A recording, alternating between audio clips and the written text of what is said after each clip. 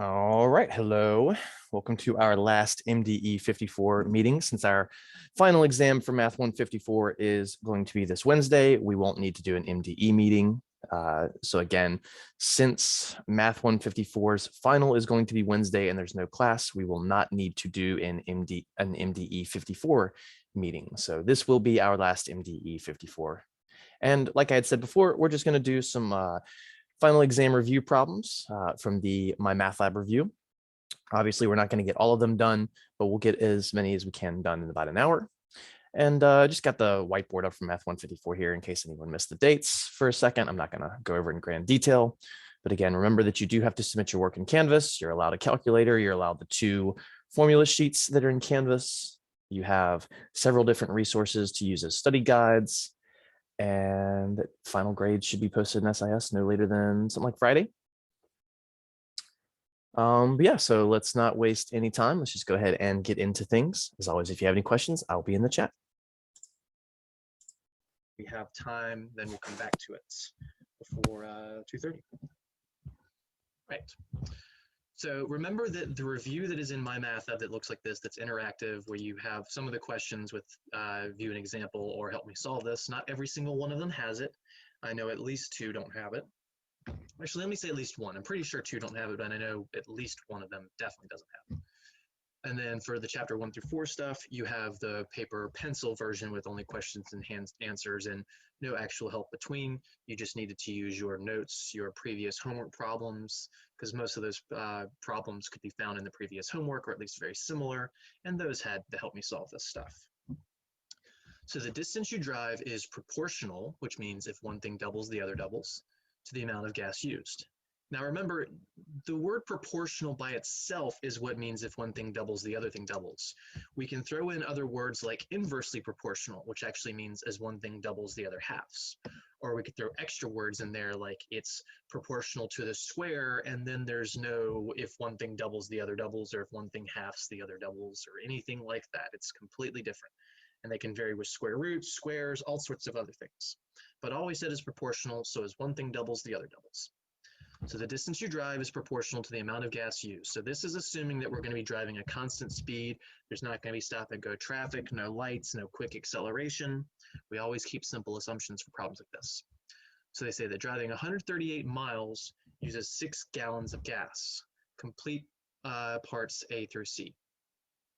Well, the 6 gallons of gas, this one is very obvious that would be 138, right?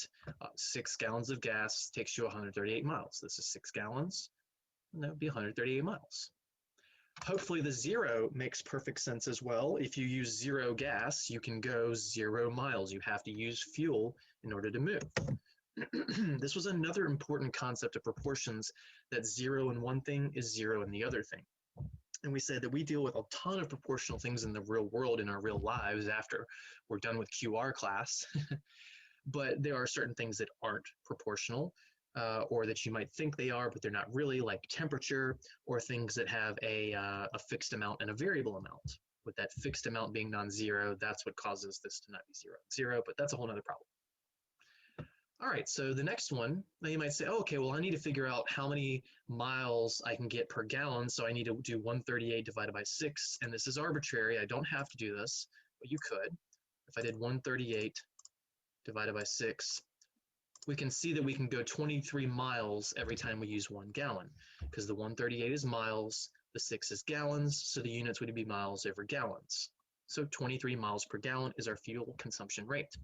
Now again, we don't actually need this based on how this table is set up, because the next is a 12 and then an 18. We're just doubling and tripling these values, which means we could just double and triple that 138. So if you double 138, let me make sure I'm in my calculator, 138 times 2, you get 276. And if you triple 138, or if you just add another 138 to that, whichever way you want to do it, you just every time you add 6 gallons, you add 138 miles. So you could do plus 138, or we could have done 138 times 3. And either way, you still get 414. Now, maybe you didn't do it this way. These are correct. Maybe you said, all right, well, my 23 miles per gallon, then just multiply by the number of gallons, miles per gallon times gallon, you would see everything cancel. If you have miles per gallon, miles, so MI, and then you multiply by something in gallons, the gallons would cancel and you'd be left with miles. Now, of course, you would have to throw the numbers in there, 23 times 6, 23 times 12, or 23 times 18. And guess what 23 times 6 is? It's 138.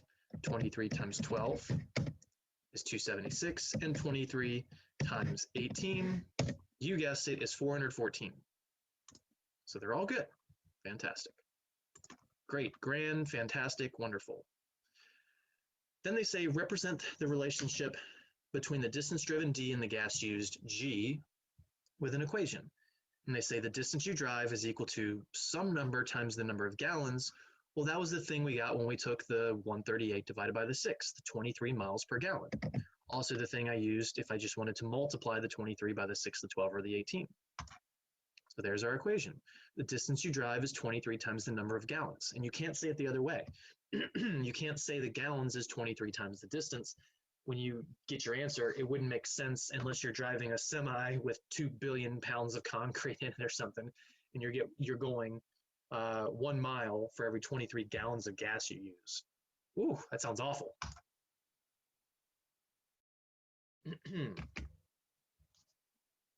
Next up, what is the graph of the equation that represents the relationship between the distance driven d and the gas used g?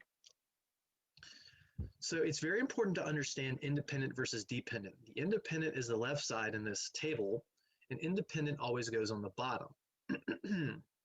So gas, gas, gas, gas, those all make sense. What they could have done is have 2 of these answers, or more or less, have distance on the bottom. And while you could certainly make a graph with distance on the bottom and gas on the vertical, it would just be weird to do it that way.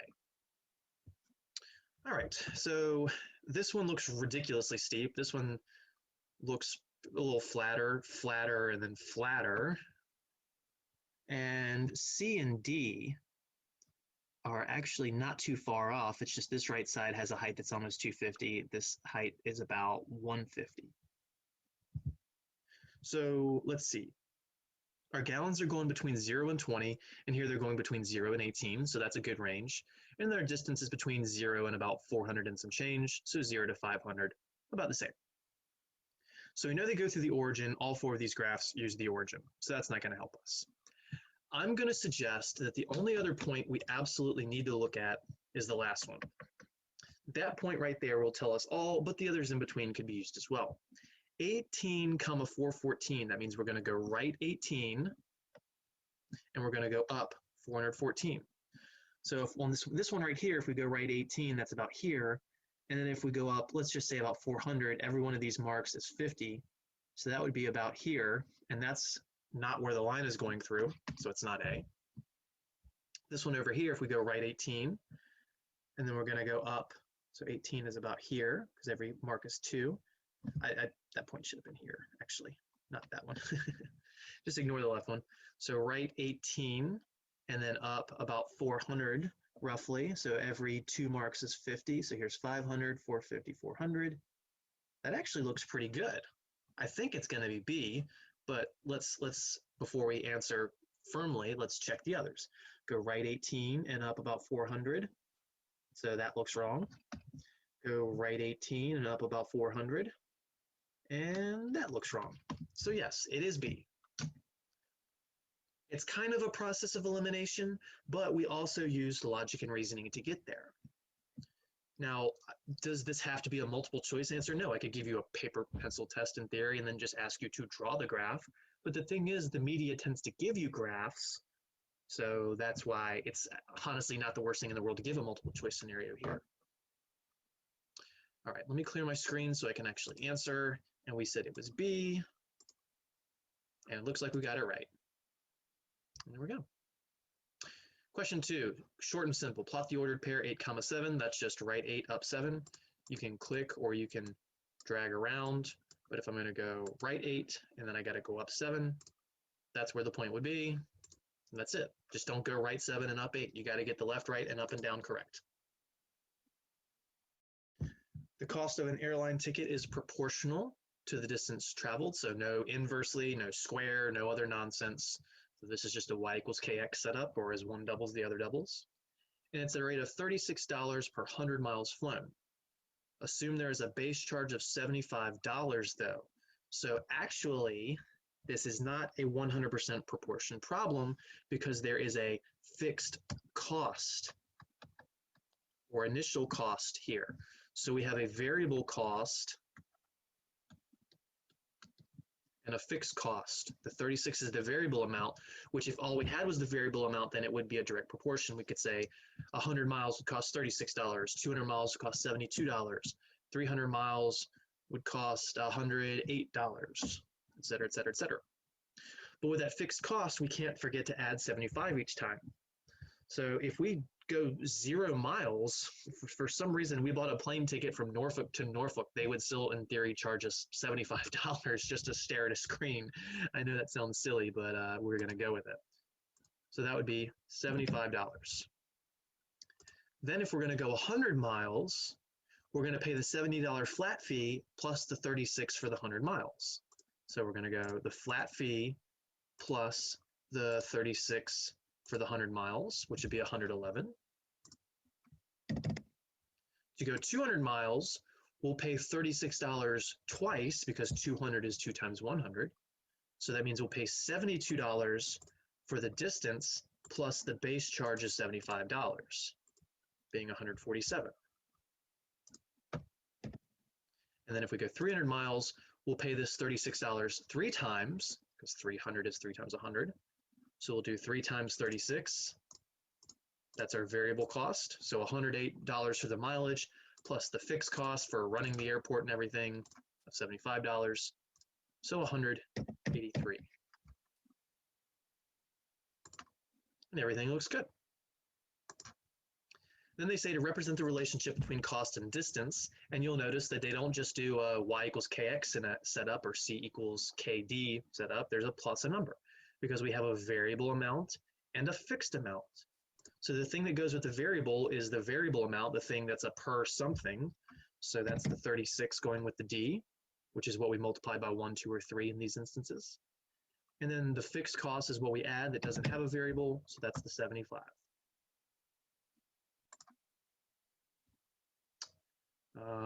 What happened? Oh, I know why. Because this distance is in miles, and this is per 100 miles. So let's just pretend like I did that on purpose. 36 times d, that means if you went 1 mile, you'd pay $36. That's not quite right. We're going $36 for every 100 miles, so we need to do 36 divided by 100, which is obviously 0.36. So that is what this number should be. It's not 36. If it was $36 per mile, this would be 36, but because it's per 100 miles, that means we're really only paying 36 cents per mile. And that should be correct. There we go. See, I didn't pay attention, and I got something wrong initially.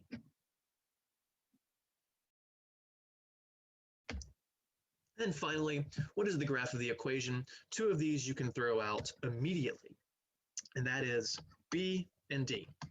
You know how I can throw out B and D immediately? Because the number in front of your variable is positive, which means that your line should be going up as you move to the right. These are both moving down as you move to the right. So they are hot trash, you throw them in the garbage. So the only possibility is A or C, and I can immediately throw out A because of this point right here. This is not the origin, this is 0,75. This point is going through the origin, not 0, let's just say about here, so it can't be A.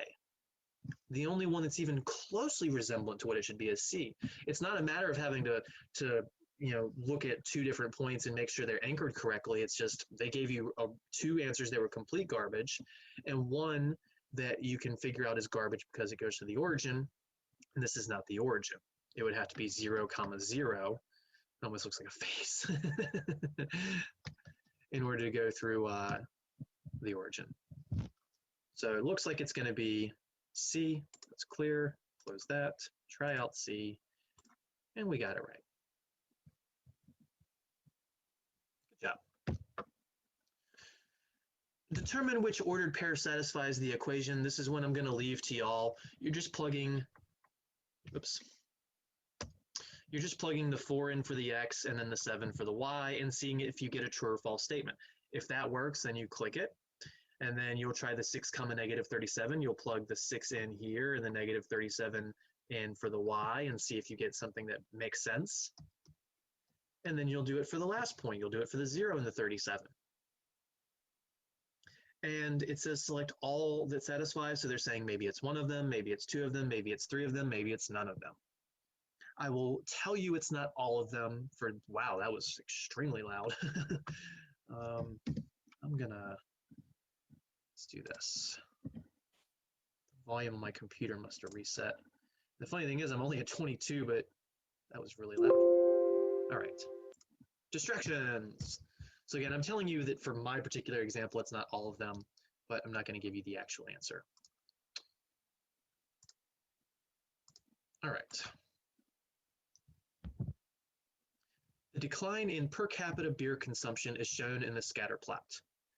What is the slope of the linear trend line? That's going to be part A. And then for part B, interpret the slope in real world terms by filling in the blanks. So that's something we did many times over back in chapter 5 with a guided activity, if you're my student at least. So what we're given here is a series of actual data, and data involving people does not always match a trend perfectly. Very often we need to do that fixed endpoint method, or the anchored method as I like to call it, or the sum of least squares method, which is what Excel would do for us. So Excel is, we plotted these points in Excel and then we told it to make our line and display the equation, and it thought all that stuff for us. Thank you, Excel, as I always say. What is the slope? Well, remember that for lines, yes, it goes, the thing with the variable is the variable amount, and then the thing without a variable is the fixed amount. But also it's y equals mx plus b, where m is the slope and b is the intercept. So this number right here should be our slope, that negative 0.115. So let's try that out. And you can't forget the negative 0.115. And we got it right. All right, then our slope in this cookie cutter format, the thing is changing by a number of units per some other unit. So what's changing? It's the per capita beer consumption. That's the thing that's changing. It's the title of the graph, the output, the Y. That's the thing that's changing. And it's changing by, well, that's our number, the slope itself, the negative 0.115. And then these are just the two units, the units of the output per input. So the output is in gallons, and then the input, this seems to be years, so let's say years.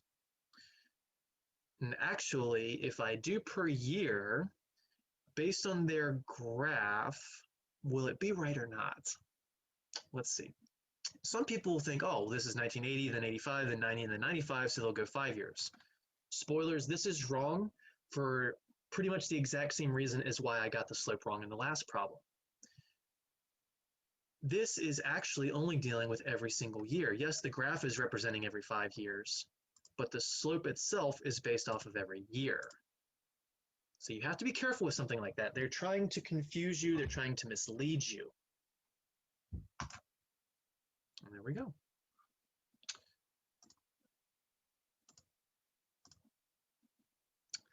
All right. Consider the graph to the right. In words, describe the function shown on the graph. Then find the slope of the graph and express it as a rate of change, a fraction, or decimal. And then briefly discuss the condition under which a linear function is a realistic model for the given situation. So what we have is, we're looking at time versus distance from home. And this is going down. So if 0 hours have gone by, where it looks like 100 miles from home, and then some of the points in the middle are kind of hard to see, and I could zoom in if I wanted to make this a little better. And we can see that it looks like here, 7 hours in, we are 0 miles from home. So 0 hours in, we're 100 miles from home, and then 7 hours in, we're 0 miles from home. That's what this graph is telling us. So that's a decrease over time. So the distance from home is not increasing, it's decreasing, so it can't be B or C. It's decreasing. This is a downward slope, so it's decreasing. So according to the function, the distance from home decreases by 7 miles every 100 hours. That sounds really slow, because this says after 7 hours, we're home, it looks like, and then at 0 hours, we were 100 miles away. So A has the right numbers, but they seem backwards. They seem backwards to the units. How about D? According to the function, the distance from home decreases by 100 miles every time we go 7 miles. So this distance dropped from 100 to 0 as we went from 0 to 7 hours. So D sounds like the answer. And there we are. Calculate the slope. Well, you can actually do that by the statement above, 100 miles over 7 hours. And they say to round to the nearest tenth. Or you could call these 2 points, this would be x1, y1, which would be 0, 100. This would be x2, y2, which would be 7, 0. And then we just do the slope formula, which you're supposed to memorize, y2 minus y1 over x2 minus x1.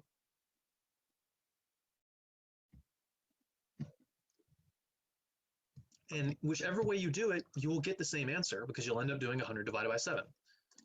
So if we take our 100, which was the miles we drove, the change in the height, the 100 is the change in the height, and then 7 is the change in the distance, but because we're going down, it's going to end up being a negative number. So let me actually go negative 100, because we're losing 100 miles from home over the 7-hour period. And you get negative 14 point, rounded to the nearest tenth, so negative 14.3. So negative 14.3, and then they say miles per hour or hours per mile. Well, hours per mile is a pretty rare unit, so miles per hour. And that's because the 100 in the top was the miles, the 7 in the bottom was hours, so miles over hours. Then part C, briefly discuss the condition under which this linear function is a realistic model. So this was a case where we were 100 miles from home, and we were driving for 7 hours, and eventually we got home. Or maybe we were walking, or maybe we were running, or maybe we were biking. Walking would be very tough to go 14.3 miles an hour. Running is still really tough unless you're Usain Bolt or something like that, and I think that's probably even faster than him. So this is probably on a bike or in really bad traffic or something like that in terms of the actual speed number, or maybe we're just making a lot of pit stops. Maybe we're in, what's that place called? In the Shenandoah Valley. Beautiful, beautiful. It's like 25 miles an hour. It's outside of Front Royal where it starts, where you get in. Doesn't matter. We're taking a really slow scenic drive. That's the point I'm trying to get to.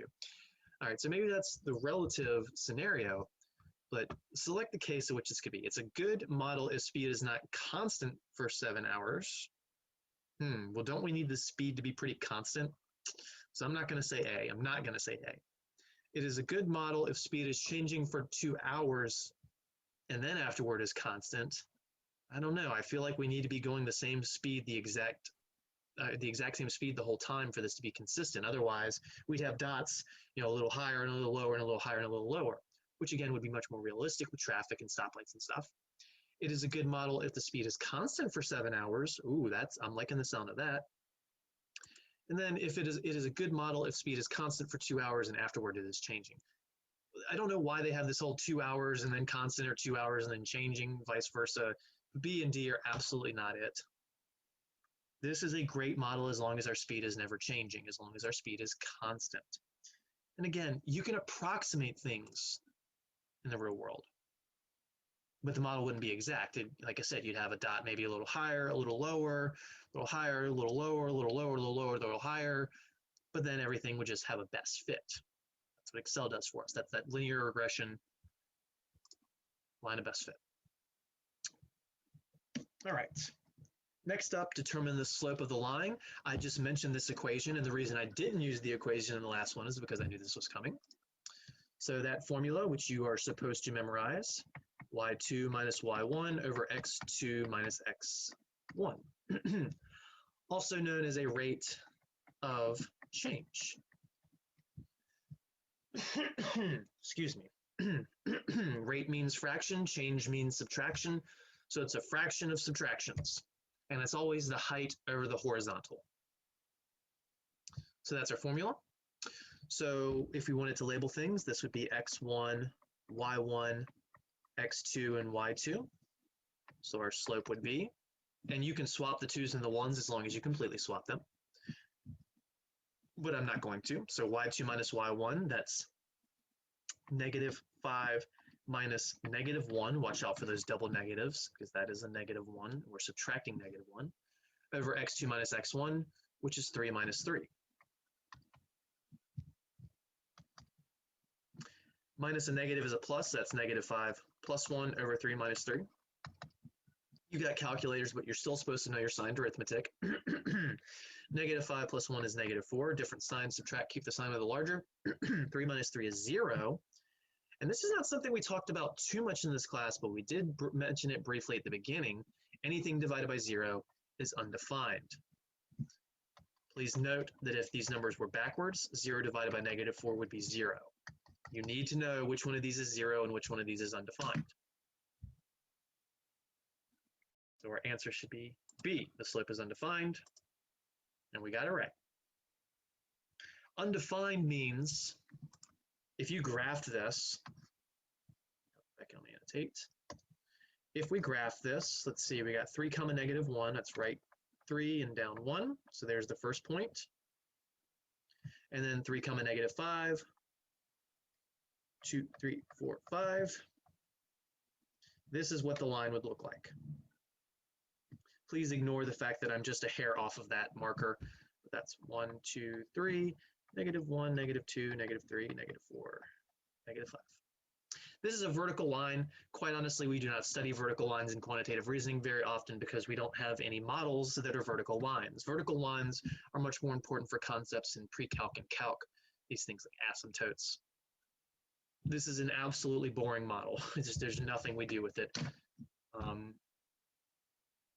But it's still perfectly valid for calculating a slope. The final, just like the midterm, has some basic just math questions in addition to much more traditional quantitative reasoning questions. All right. Spoilers, this one will have a much more normal answer, but since I already did a slope, I'm going to save it for y'all to do. And remember, my numbers will be different from your numbers. I believe most everybody's 7, it works out to be undefined or 0, and then this one, it works out to be a non-zero or non-undefined number, but I'm not going to promise that. RNG, or random number generators, make things random.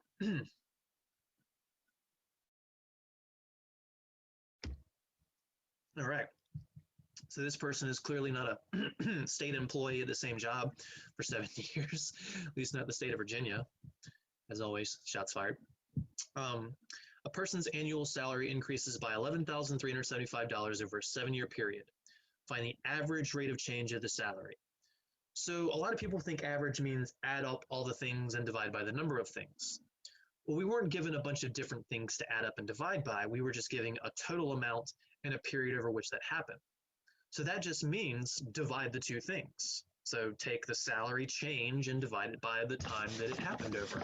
So maybe we gained $1,000 the first year, the second year nothing, the third year $3,000, the fourth year another $3,000, the fifth year $375. I don't know, but over the 7 years, you are now making $11,375 more.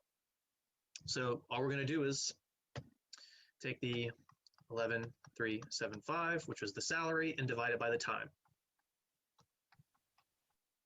That'll give the average change.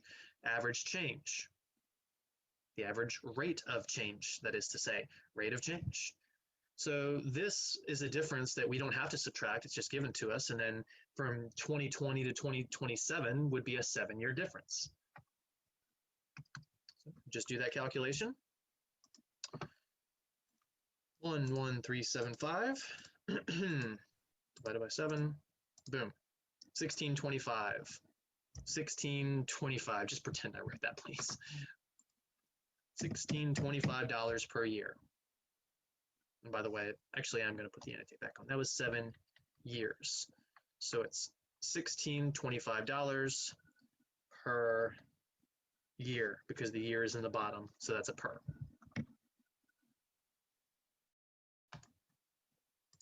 Oops, take that off.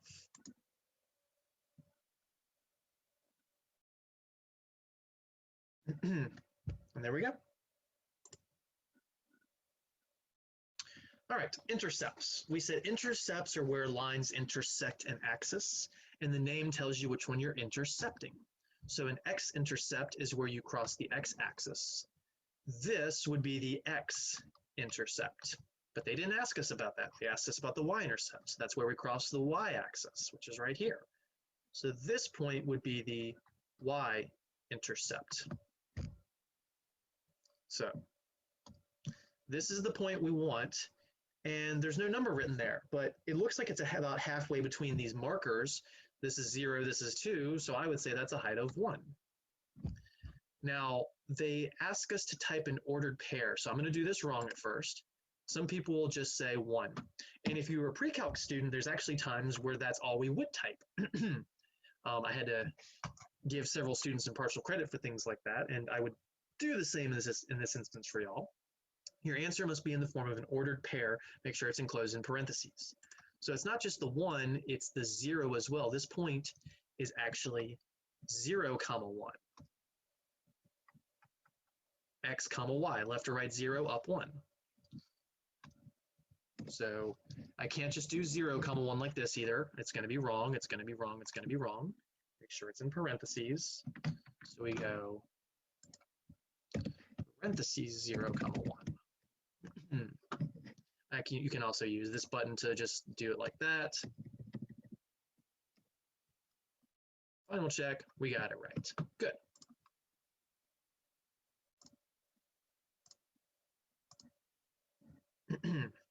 This is one we're going to skip. We've already done a bunch of those little tables. Here we go. Graph the equation. So we're going to make our own graph. I've discussed the several different ways you can do this. I've said that you can use a single point and a slope to rise and run. You can do a couple of different points. I'm going to show you 2 different ways to do this. So the first way is just a table of values. Since this is solved for y, my favorite thing to do is just go 0 and 1 for the x's. So this was my choice. You don't have to use 0 and 1. However, I would stick to numbers between -10 and 10 since that's all we have here. If you plug in 0, you get y equals 3 times 0 minus 5, which is 0 minus 5, which is -5. So that's your first coordinate pair. 0, -5, which will be right here. I'll click that in a few minutes. And if I plug in 1 with x equals 1, that's y equals 3 times 1 minus 5, which is 3 minus 5, which is -2. So that point would be 1, -2. So we go right 1 and down 2. And there are the 2 points. And then we would just, my math lab does that automatically for us. But I said I want to show you 2 different ways before I get this done. And yeah. Okay, so let's just undo that. Where's the eraser button? Let's erase both these points. All right, back on draw. So or with y equals 3x minus 5, that says the slope is 3, which is 3 over 1, which says wherever you plot a point, you can just go right 1 and up 3 from. And it also says that the b is -5. That's the value of the y-intercept. So we get the point 0, -5, which we already know because we already did it a different way. But if we didn't do it the different way, we would just hope and pray.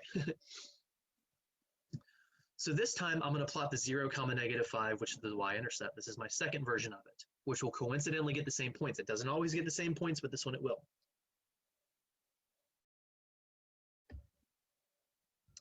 Then from this point, we'll use the slope to find another point. So I'm going to go right 1 to here, and then I'm going to go up 3, 1, 2, 3, to right here. which is the point 1 comma negative 2, which again is coincidentally that one. I get the same exact 2 points, and then I can connect and extend them. And I can find another point by going right 1 and up 3. Right 1 up 3, and there would be a point. Right 1 up 3, that would be a point. Right 1 up 3. I can keep going right 1 and up 3. You've never reset to the origin when you're using the slope. But again, the points were 0 comma negative 5 and 1 comma negative 2. I need to click those. 0 negative 5 and 1 comma negative 2.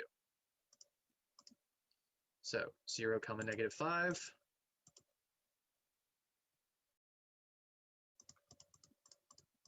Oh, I thought I hit that first. You got to hit your line. There we go. And then 1 comma negative 2. And there's the line that I drew with my pen earlier, and we got it done. Nice work. All right. Decide whether the following statement makes sense or is clearly true, or does not make sense and is clearly false. Explain your reasoning.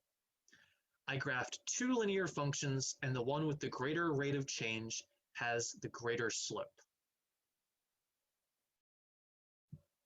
This makes sense. According to the definition of linear functions, the initial value is equal to the slope of the graph. Thus, the rate of change does not relate to the slope.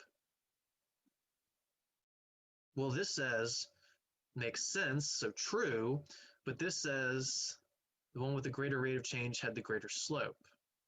These seem to be contradictory ideas, that the rate of change does not relate to the slope, but this says the one with the greater rate of change has the greater slope. This says they relate, this says they don't, but it says true. So it's definitely not A. This does not make sense. According to the definition, the slope of all linear functions must be the same. No. The slope of all linear functions can be whatever the heck they want to be, whatever the heck they need to be. Also in A, something else that was wrong is the initial value is not the slope of a graph. Slope and initial value are completely independent of each other. So B is trash because slopes of lines can be whatever given the scenario. C, this makes sense. According to the definition, the rate of change is equal to the slope of the graph. Whispering into the mic, something I said earlier. So the greater the rate of change, the greater the slope. C's sounding pretty good, but let's check D just to make sense. This doesn't, I'm sorry, to make sure. This does not make sense. According to the definition, the initial value is equal to the slope. I've already said that the initial value and slope are not the same thing, so that's trash. Thus, the rate of change does not relate to slope. It's literally the exact same statement as A, here and here. It's just one says makes sense and one does not make sense. This is very common in these answers. And sometimes it's one of those two things that would be right, but in this case, neither of those is right because they're spitting out hot trash. Initial value is the slope. No, it's not. C is definitely the answer.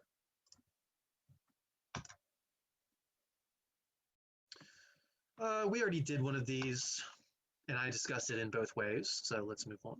Here we go. Use the compound interest formula to determine the accumulated balance after the stated period. $6,000 invested at an APR of 9% for 10 years. It's compounding annually, and they want to know how much we have after 10 years. They already said that.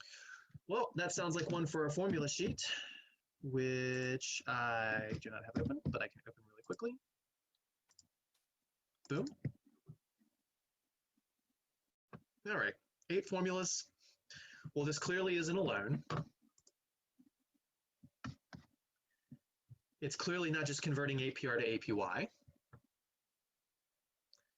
So the question is, let's narrow it down to these 3 things or these 3 things. The top 3 and the bottom 3 basically go compound annually, compound in times, and then present value needed. Compound annually, compound in times, present value needed / payments needed. So what's the main difference? Well, first of all, these 3 are much more complicated formulas. These are simpler, so you probably just want to think, oh, let me use a simpler one. Well, that's not always true. It's about whether it's a one-time deposit, which are these 3, 3, versus a multiple deposits. Yes, I spelled that wrong. Just go with it. we are not making multiple deposits. So these three are out. We are making a one-time deposit. How do I know that? I read the question carefully. We're putting $6,000. It doesn't say $6,000 annually. It doesn't $6,000 monthly. It doesn't say $6,000 quarterly or daily. It says $6,000. That's a one-time deposit. So we're under one of the top three formulas. We're narrowing down. Are we compounding annually or are we compounding in times? Well, we're compounding.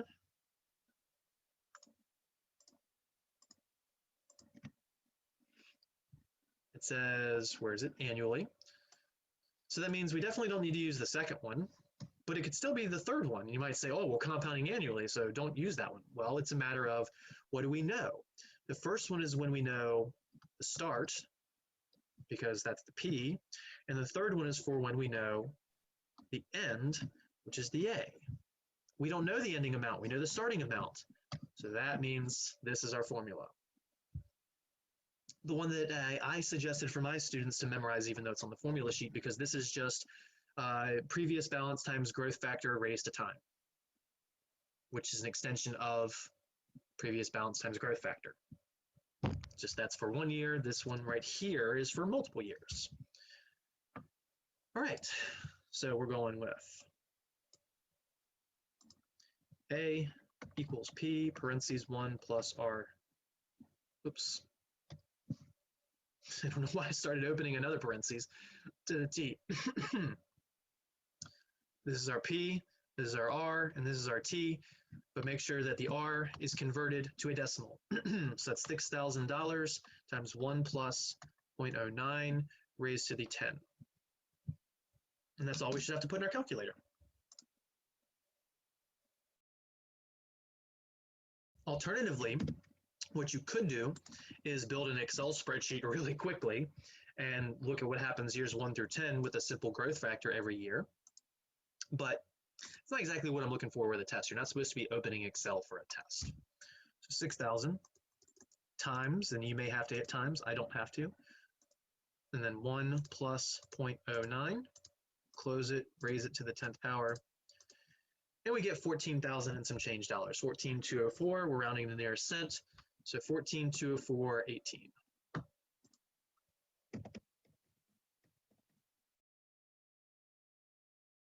We got it right. If you can read through that, excellent, check mark, yes.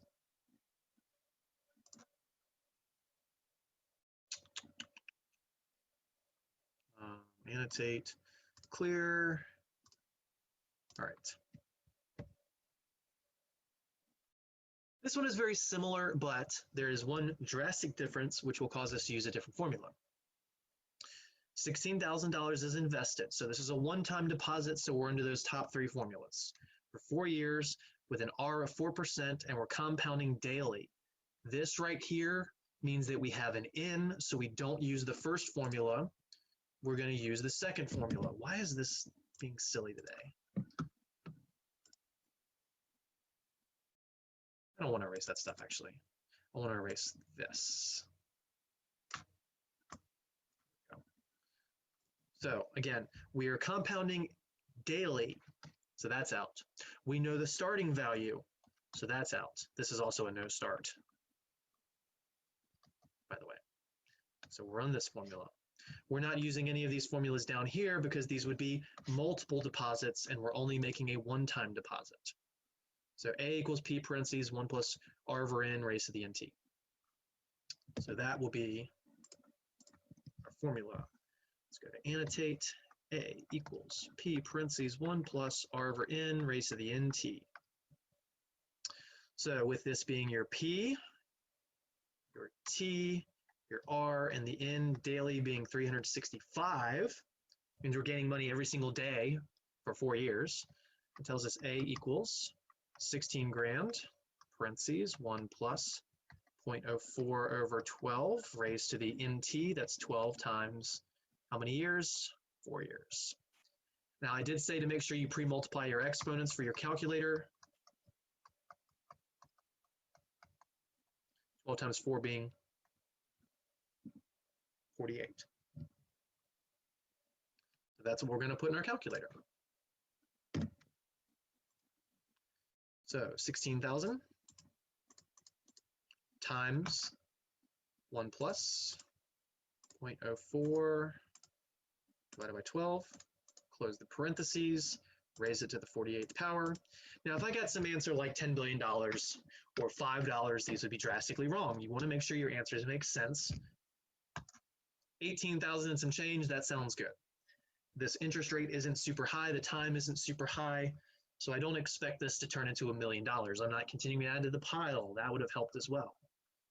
So 18,771 point, that's 0.178, so 18 cents.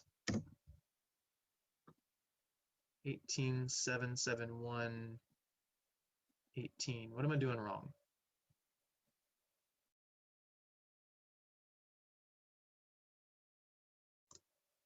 Oh, I know what I did wrong. Why did I do 12? I got sidetracked.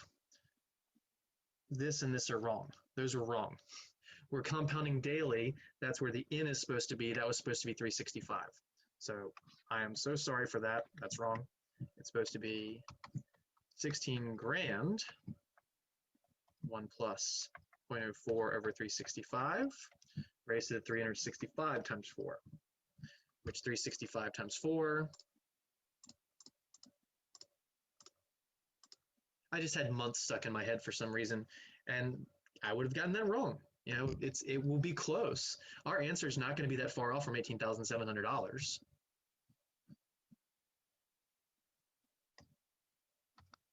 $16,001 plus 0.04 over 365 raised to the 1460. Let's try that out.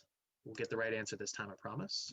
16 grand times 1 plus 0.04 divided by 365.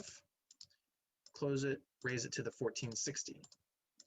I should have caught that that didn't make sense, because if we're compounding daily, we're going to gain interest more than 48 times. We're going to gain interest almost 1,500 times. And look how close that answer is. It's only $5 off. So, I mean, in terms of you being close, you probably won't care in your real life, but for the math class, you have to be exact. That 0.009 will round up to 1 cent. So let's get it right this time, 18,776.01. Let me clear my screen, just so you don't see all that nonsense there. And now we got it right, thankfully. All right, we got time for about 2 or 3 more.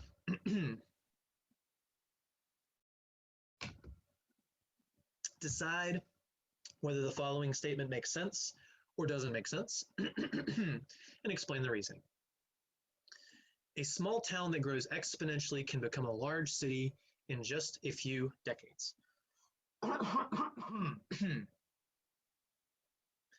The statement makes sense because exponential growth leads to repeated doublings, making the population increase slowly. Okay, well, exponential growth does lead to repeated doublings, but that can make the population increase quickly. So it's not A. Can't be A. Doesn't make sense. Can't be that. B.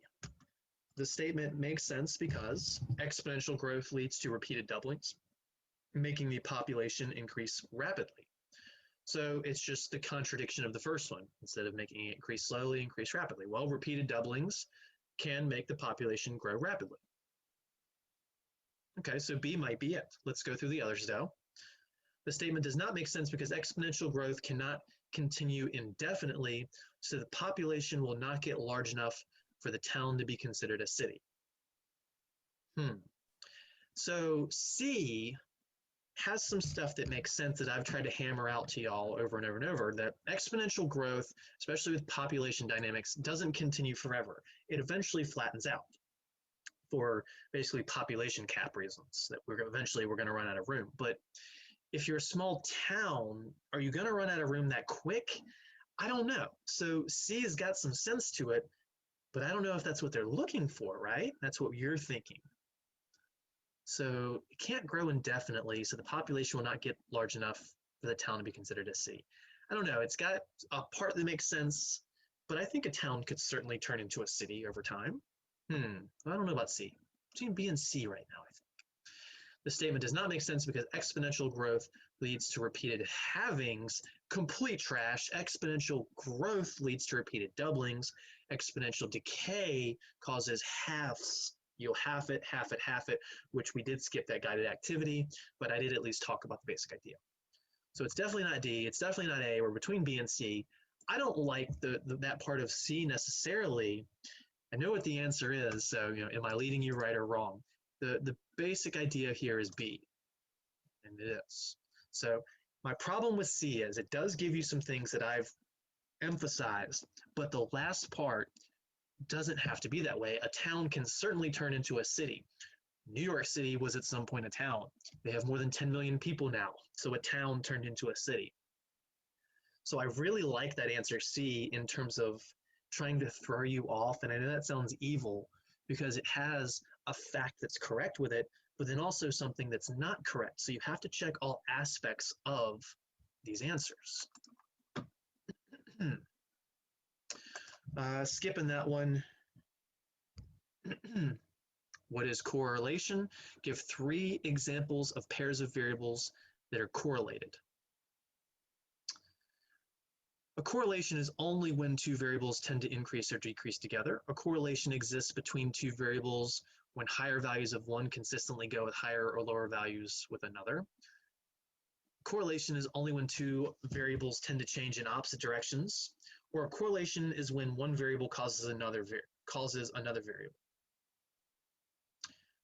So that chapter 8 stuff, I hammered out correlation versus causation. Causation means one causes another. Correlation is they happen to move in the same way or in opposite ways consistently, but it's not necessarily because one causes the other, like the whole pirates don't actually cause global warming, but the number of pirates went down while global warming went up. So it's definitely not D. It's not D. The others, a correlation is only when variables tend to increase or decrease together. Maybe that's it. A correlation exists between 2 variables when higher values of one consistently go with higher or lower values of another. Correlation is when 2 variables tend to change in opposite directions.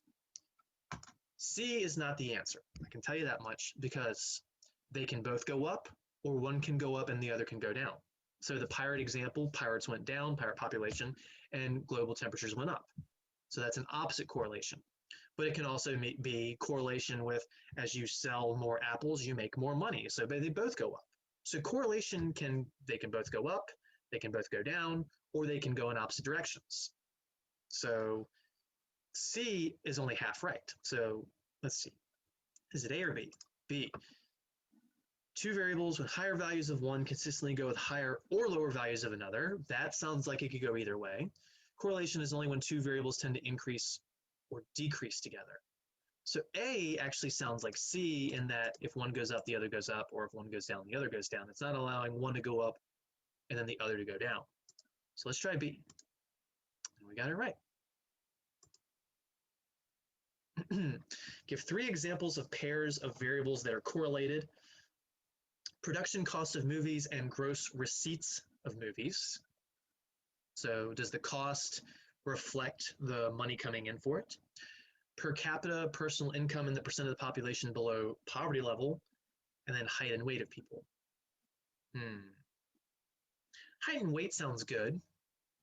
Percent of population below poverty level versus per capita personal income. Well, that would be an inverse correlation maybe. So A is a maybe, but I don't know about that first one. Just because you have a high costing movie, does that mean you're going to get more money off of it? There's plenty of movies that might argue with that. All right, amount of smoking. I just combined smoking and lung somehow with smoking. Oh boy, that's a weird sounding word. Amount of smoking and lung cancer. So the more you smoke, the more lung cancer you get maybe.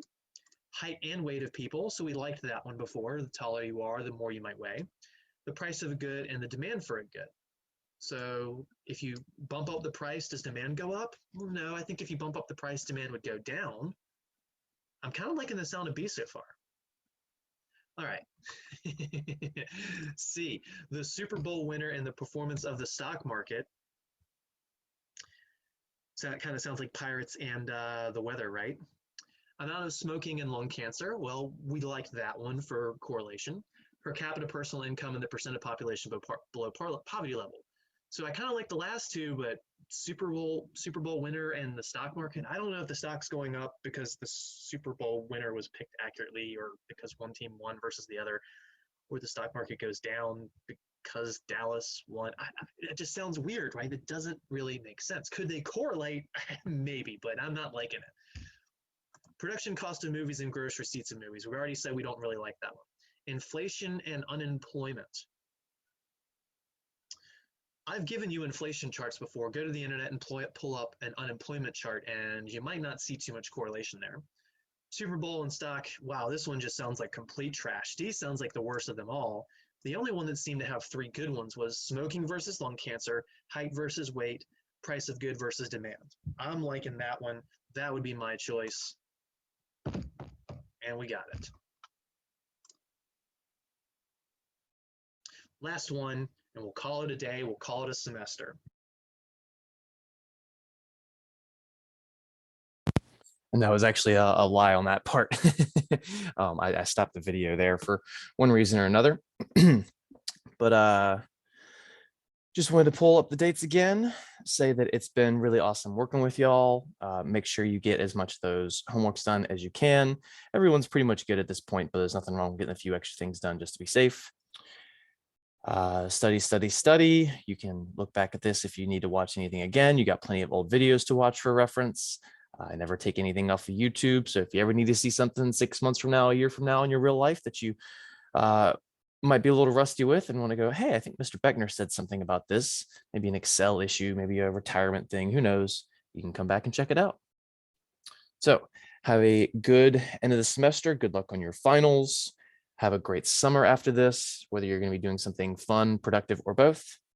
And good rest of your careers and everything else in your life. Take care, everybody.